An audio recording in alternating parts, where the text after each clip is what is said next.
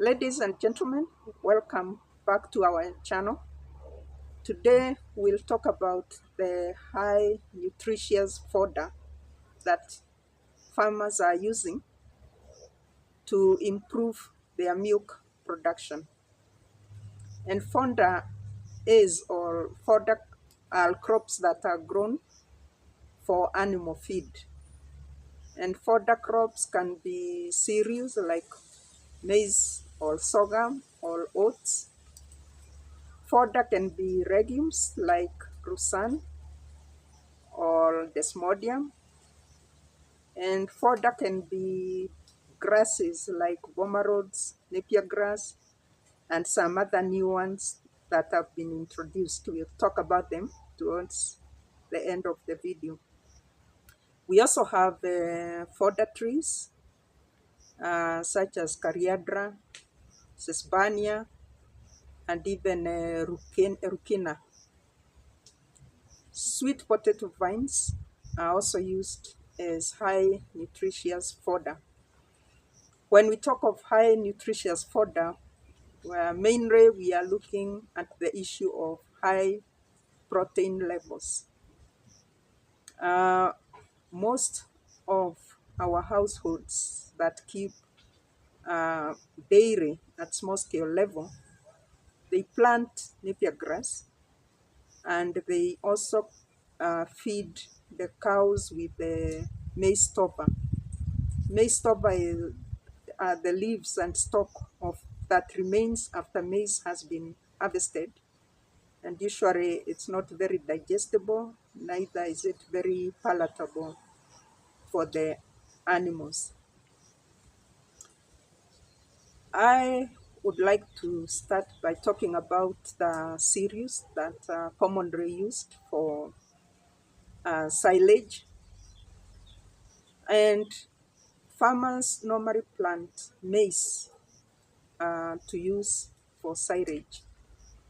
Silage is when you conserve animal feed when it is still green in a process that involves fermentation and also absence of oxygen.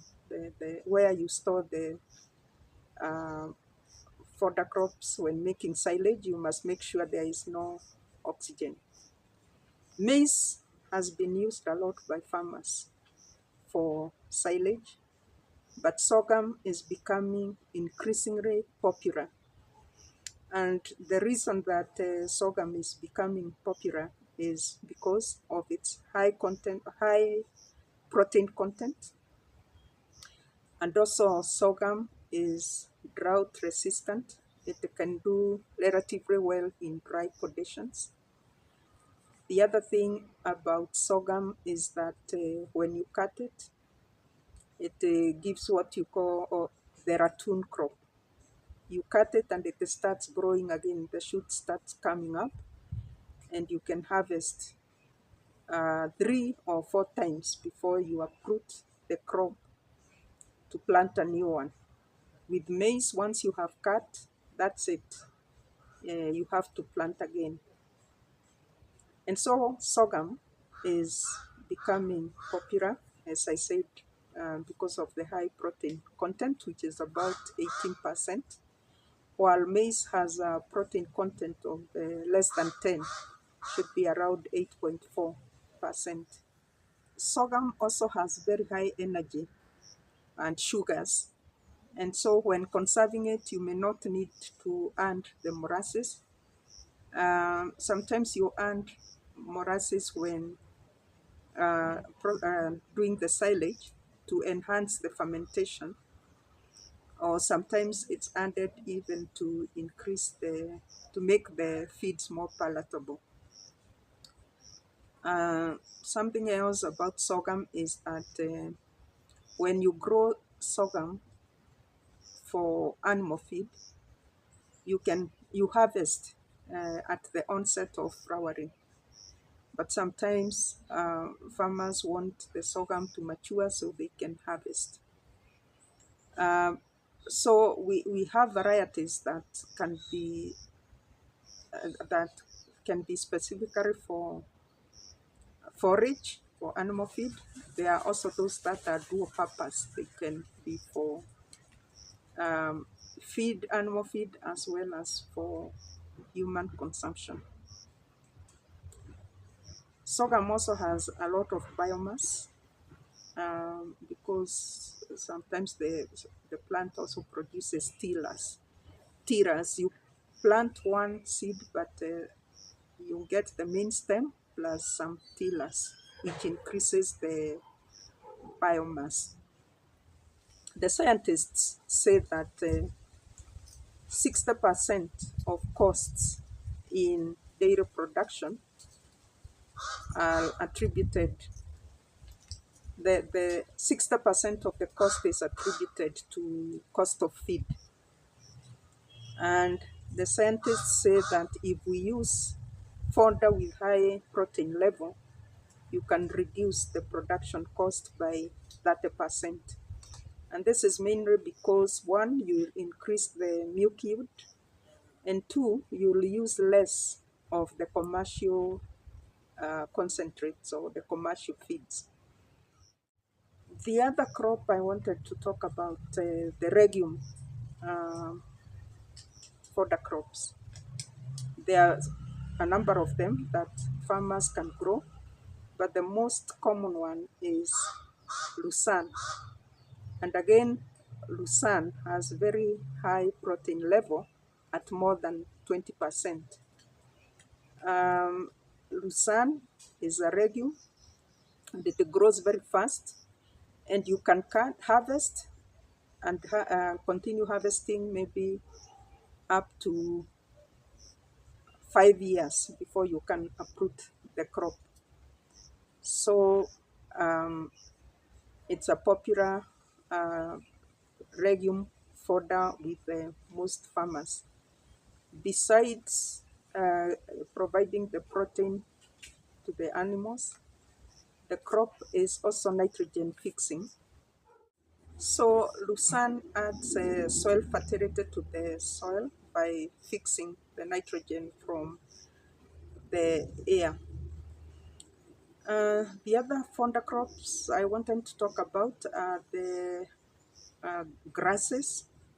So we have napier grass, we have bomarods, which is normally conserved as hay, and then we have newly introduced ones, such as the super napier grass and Jankau. We also have bracharia. Bracharia is actually, its origin is Africa, but it has been used a lot in South America to increase milk production. In Kenya, research has been going on now for a number of years, and we have a number of bracharia varieties that have been recommended by our scientists. Again, bracharia is very nutritious, high protein content. It has a lot of biomass, and it is drought resistant. It can tolerate dry weather to some extent, and it's also resistant to some diseases.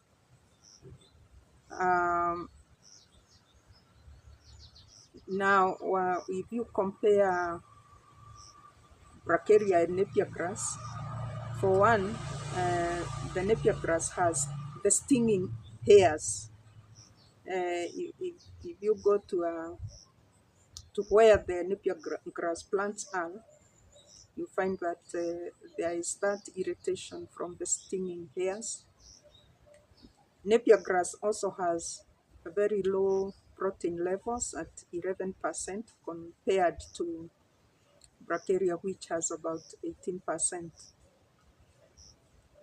We have what is called the Jankao grass. It's newly introduced from China, but it is a cross of napier grass and babu. Napier grass is also called elephant grass. The super napier grass has also been introduced not so long ago from Tyrad. And again, it's a cross, a hybrid between napier grass and millet. These are also very nutritious grasses, and farmers are planting them and improving their milk production.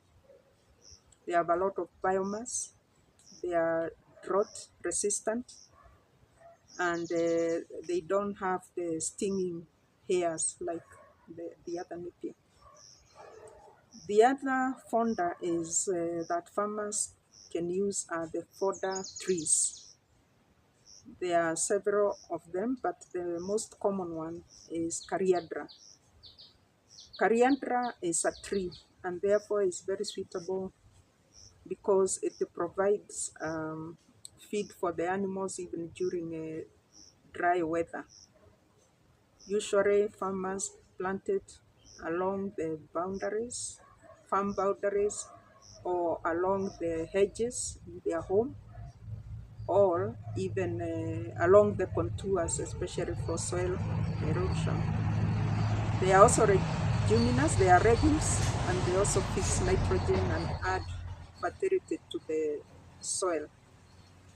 The fodder trees grow fast. You can start harvesting calliandra after 12 months, 1 year, and then you continue harvesting for many years. They also have a lot of biomass, and so it's an easier way of farmers trying to get protein for their animals. The other fodder crop is sweet potato vines. They are also very nutritious with high protein content, and they are also very digestible and palatable for the animals. And so let me say that the normal practice is that farmers are feeding napier grass or maize stover in most smallholder households. And we would urge that farmers have some high protein fodder to add onto what they are feeding their animals for them to be able to increase their milk production from sometimes 6 liters per day to 10 liters or even to 15 or even more. Um, Let me say that in Kenya, conservation of animal feeds is not has not been adopted by many farmers. And so what we have observed is that during the dry season, many farmers lose a lot of livestock, especially the pastoralists. Um, I think that we need strategies to popularize conservation of feed in order not to disrupt our dairy or livestock production generally.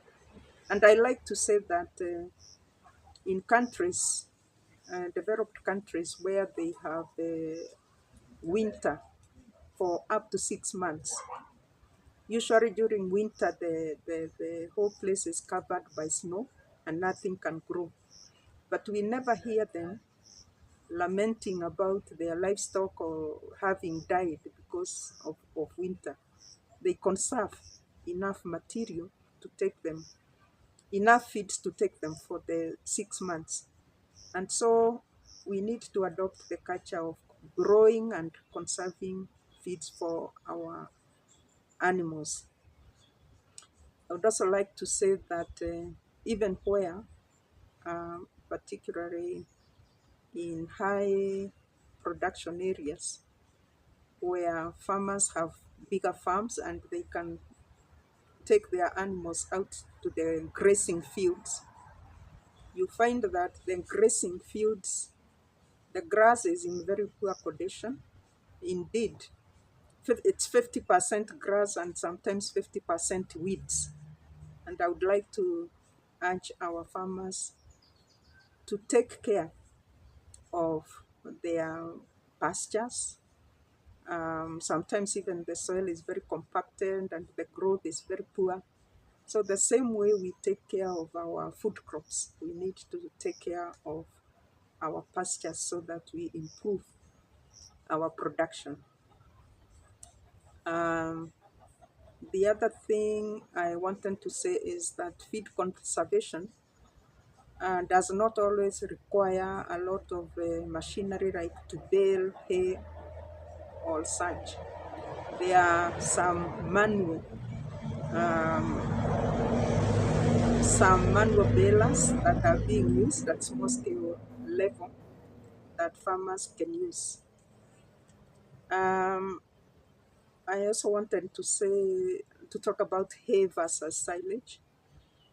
Hay is when you conserve the grass, like after you dry, you can conserve like pomerods or even bracharia or even sorghum when it's in dry state. Silage, on the other hand, you conserve it when it is still green. I wanted to make that difference, to talk about that difference, because sometimes we can't tell between hay and silage. Um, I also wanted to add that for most fodder crops, when feeding the animals, you need to let the feed dry, wilt a little bit before feeding the animals. And I would like to stop there and urge you to look out for our next video. It will be an interesting one. Thank you.